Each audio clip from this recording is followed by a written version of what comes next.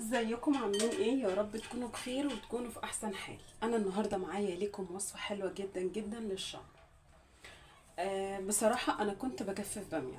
تمام، كنت بحطها على النار وكده، وطبعا الميه بتاعتها غلت. شفت الجيلاتين بتاعها اللي انتوا شايفينه ده، قلت لازما اعمل لكم الوصفه الحلوه الجباره اللي هتخلي شعرك ان شاء الله يبقى طري وناعم ويطول معاكي، ويبقى تبقي غذيتيه بحاجات طبيعية، يعني حاجات من قلب المطبخ ومن قلب البيت. تمام، بصوا دي علبة بتاعت حمام كريم بتاعي. هعمل ايه؟ طيب نقولك المكونات اللي هتتحط النهاردة في الوصفة ولا ندخل في طيب مبدئيا بس انا عايزة افهمكم ان ده كنز من الكنوز، ده كنز.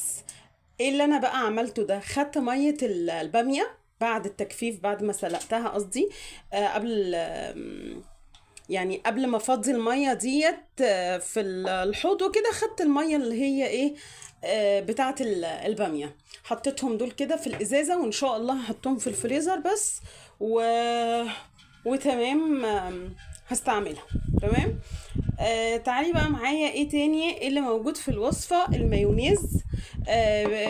هاخد المعلقة الأخيرة كده ديت، هي فعلا العلبة فيها معلقة بس بسيطة كده، هناخدها للوصفة بتاعتنا دلوقتي. هوريكي.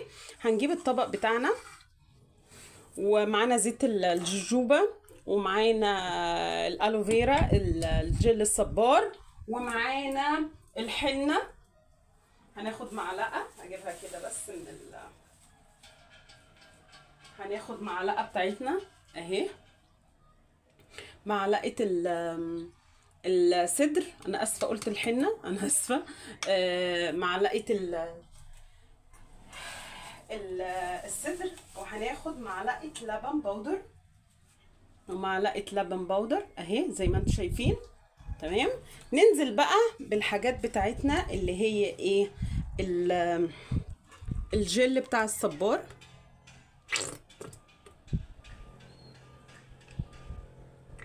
معلقه كده. تمام.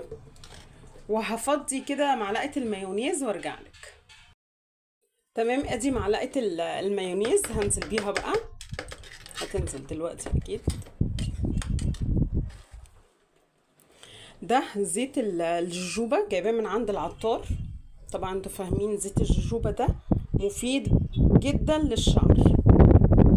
تمام، يبقى كده احنا نزلنا ايه بالصدر ولبن البودر والمايونيز بصوا ادي المكونات مع بعضها كده.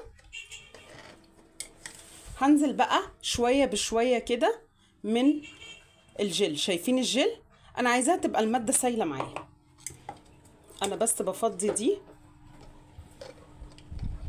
واضح لكم في الفيديو كده.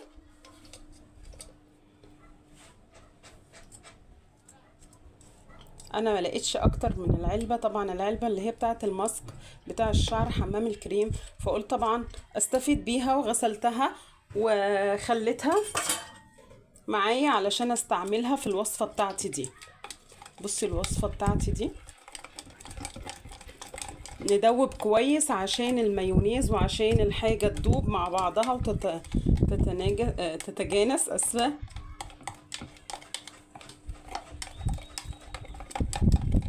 افضلي قلبي كده، ادمجيهم مع بعض.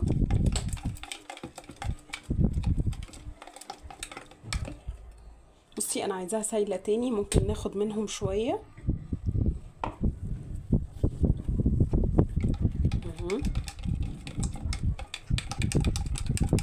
عندك مضرب ممكن تضربيهم بيهم مع بعض كده، بحيث ان هما يختلطوا مع بعض كده. بصي احنا عايزين بس كله يدوب مع بعضه. هدوبه وارجع لكم عشان تشوفوها.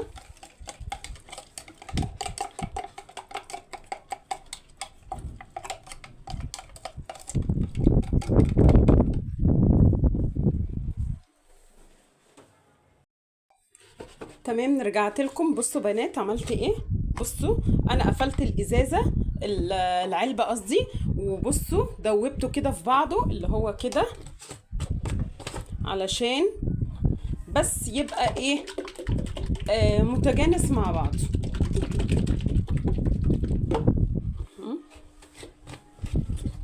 بصي الخليط ده بقى سحر، كنز.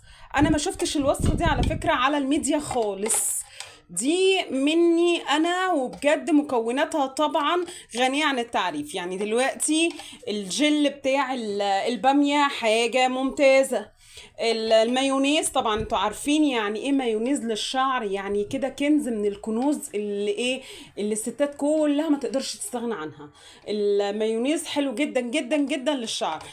طبعا زيت الجوجوبا طبعا غني عن التعريف للشعر، ومفيد قد ايه، بيغذي الشعر جدا جدا وبينبت الشعر حلو قوي. طبعا انا لو كان عندي زيت خروع كنت هحطه بصراحه، بس ما كانش عندي، هي فعلا ناقصها زيت خروع. بس لو موجود عندك ومتاح حطي، مش متاح ما براحتك. تمام. والجل بتاع الالوفيرا، جل الصبار الممتاز جدا للبشره وللشعر ولكل حاجه ممكن تتخيليها. والصدر احنا عملناه قبل كده في وصفه، فطبعا بما ان هو موجود عندي فطبعا بيغذي الشعر، بينبت لي الشعر، بيتحط على الجذور، بيطول الشعر للإطالة، حاجات كتيرة قوي.